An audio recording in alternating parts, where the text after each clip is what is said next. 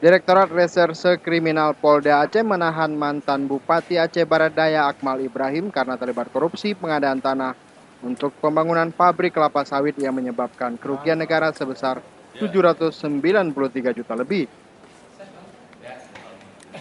Penahanan mantan Bupati Kabupaten Aceh Barat Daya periode 2007-2012 Akmal Ibrahim setelah menjalani pemeriksaan 4 jam lebih di ruangan Direktorat Reserse Kriminal Khusus.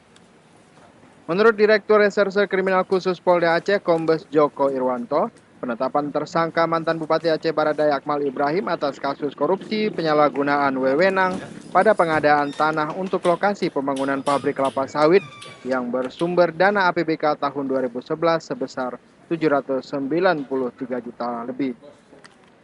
Mantan pejabat Bupati Kabupaten Aceh Barat Daya ini membeli tanah negara sebagai lokasi pembangunan pabrik kelapa sawit sebesar Rp3.000 per meter yang seharusnya bebas digunakan.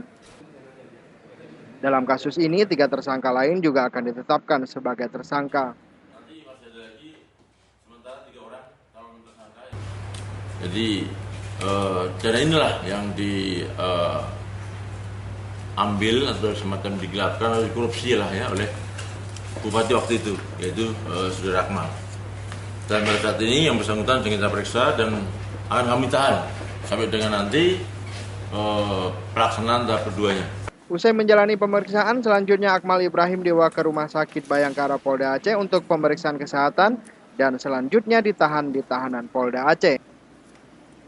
Kasus korupsi tahun 2011 ini baru ditangani Polda Aceh sejak tahun 2013 setelah memeriksa 40 saksi yang merupakan warga Dusun Luk Gayo, Desa Pantai Rakyat, Kecamatan Babahrod, Kabupaten Aceh Barat Daya. Dari Banda Aceh, Hendro Saputra melaporkan untuk Aceh Video.